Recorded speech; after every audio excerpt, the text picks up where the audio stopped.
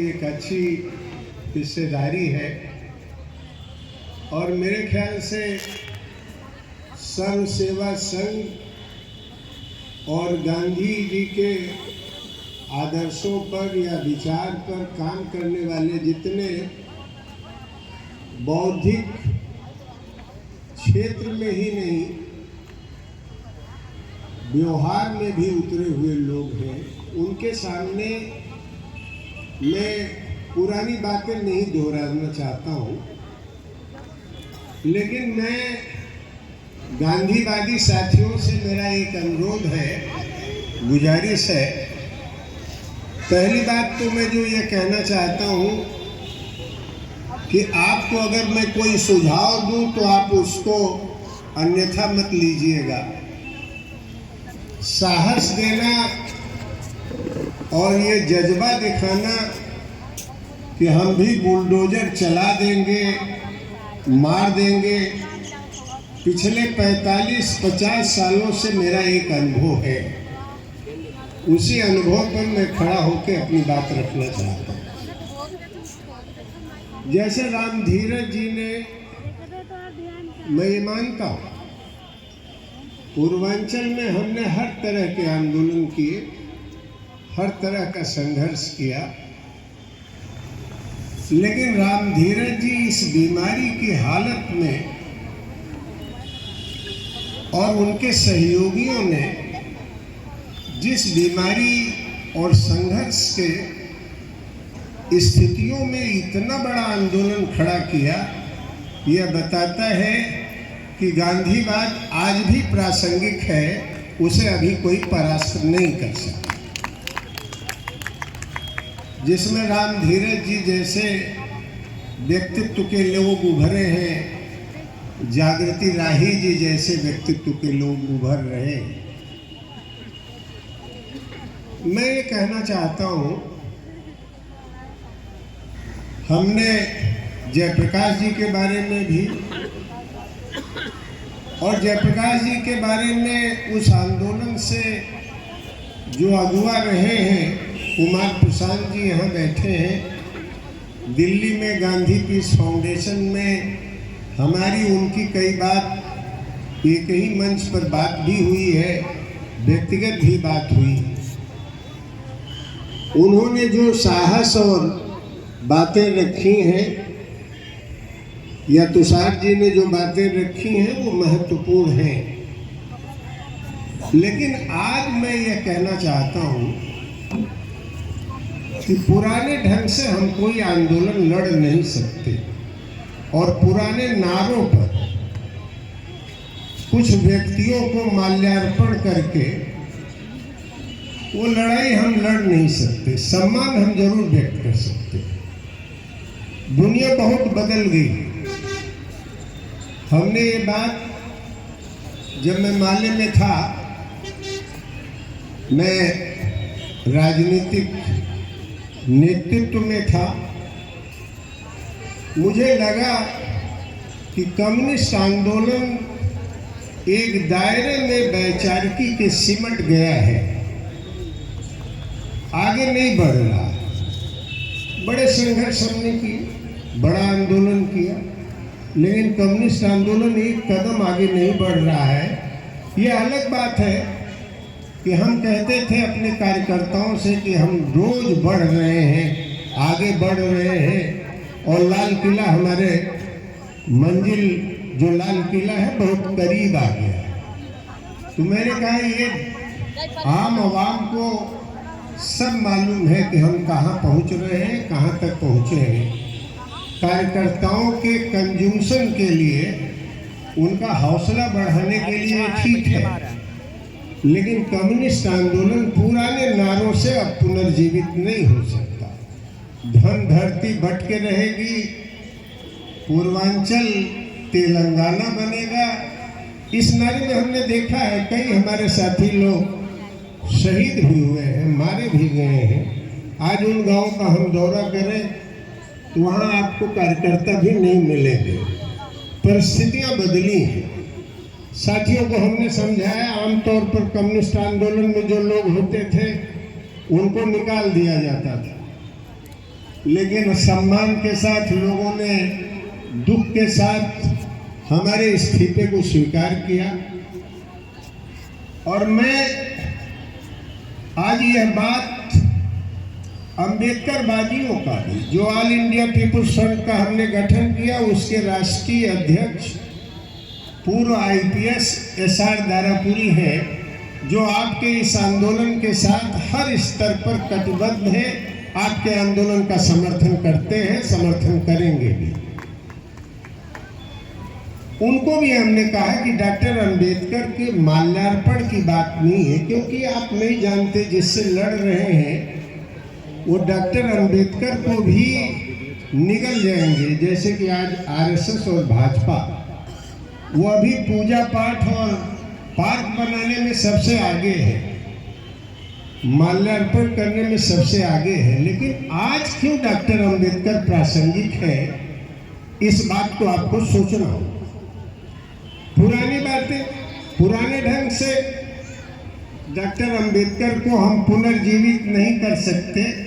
वैसी ही पार्टियां आएंगी जैसे हमारी मायावती जी हैं, जो वन नेशन वन इलेक्शन में समर्थन पार्लियामेंट में भाजपा को कर रही हैं। और वह वन इलेक्शन वन नेशन का जो नारा है, गवर्नर के माध्यम से एक हिंदुस्तान में तानाशाही लादने का एक तरीका, ये पूंजी की तानाशाही है, ये वर्ण की तानाशाही है, ये वर्ण की तानाशाही है। मायावती जी उसी तानाशाह लोगों के साथ खड़ी। तो हमने कहा नहीं, डॉक्टर अंबेडकर को लिखने वाले लोग हैं, आनंद तेल तुंडे हैं, बेवजह 5 साल उस आदमी को, इतना बड़ा बौद्धिक प्रवक्ता, 5 साल उसको जेल में सड़ा दिए।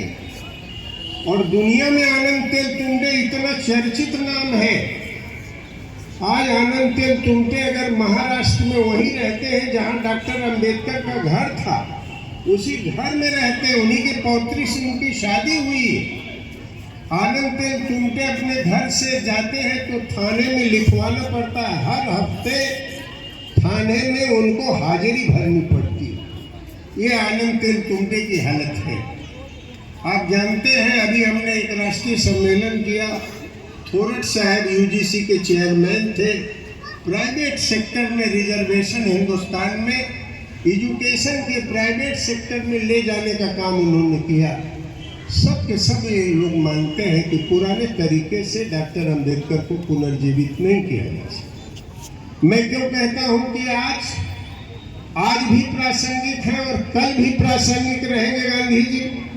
गांधी जी से बड़ा उपनिवेशवाद के खिलाफ राजनीतिक भारत ने नहीं पैदा किया, यह एक सच्चाई है।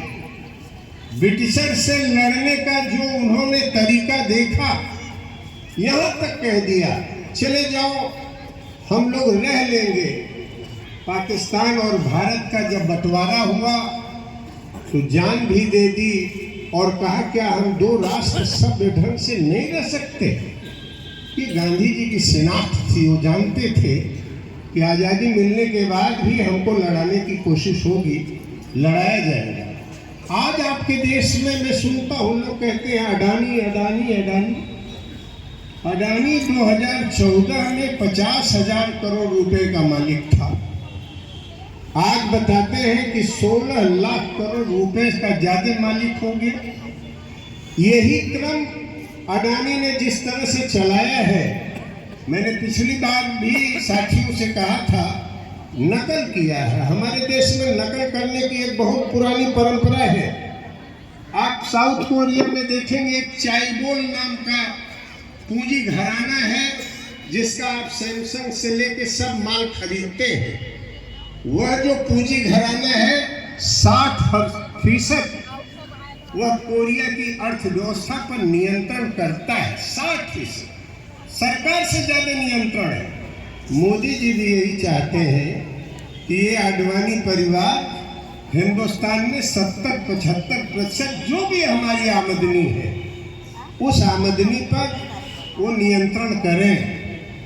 और लेकिन एक कारण है, अडानी को आप नेशनल प्रॉपर्टी दे दीजिए, शेयर मार्केट बैंक के हमारे पैसे से वो बड़े भारी लखपति हो गए, लेकिन जो चाइबोल ने किया, तकनीकी विकसित की और पूंजी विकसित की। आपका अडानी न तकनीकी विकसित करता है न पूंजी विकसित करता है। भारत की जनता का पैसा जो बैंकों में है उसको खुद लूटता है और दूसरे मुल्कों में भी मुनाफा कमाने के लिए लूट के ले जाता है।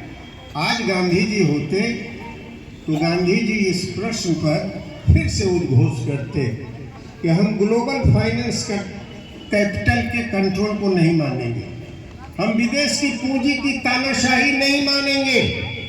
हमारा मुल्क हजारों साल का है, हम इस देश में अपनी अर्थव्यवस्था खुद बनाएंगे।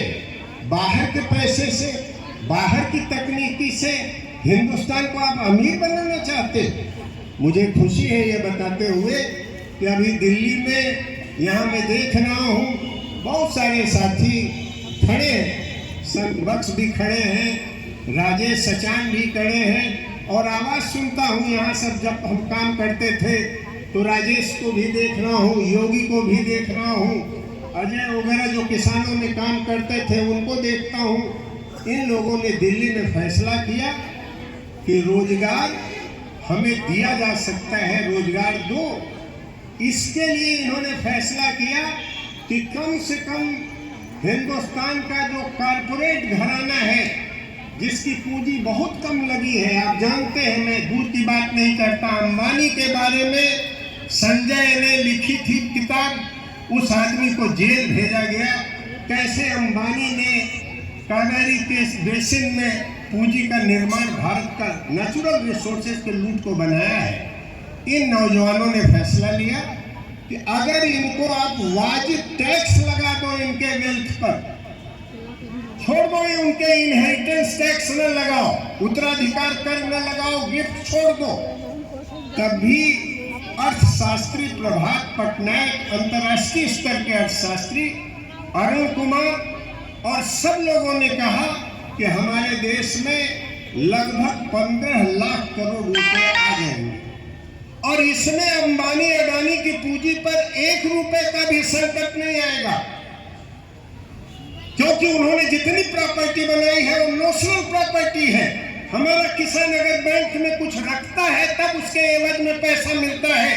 ये बिना एक पैसा रखे हुए पूरा नेशनल प्रॉपर्टी मोदी जैसे लोग दे देते हैं। उस कछाड़ की जमीन पर लाखों करोड़ रुपया हिंदुस्तान के बैंक को लूट के खा जाते हैं।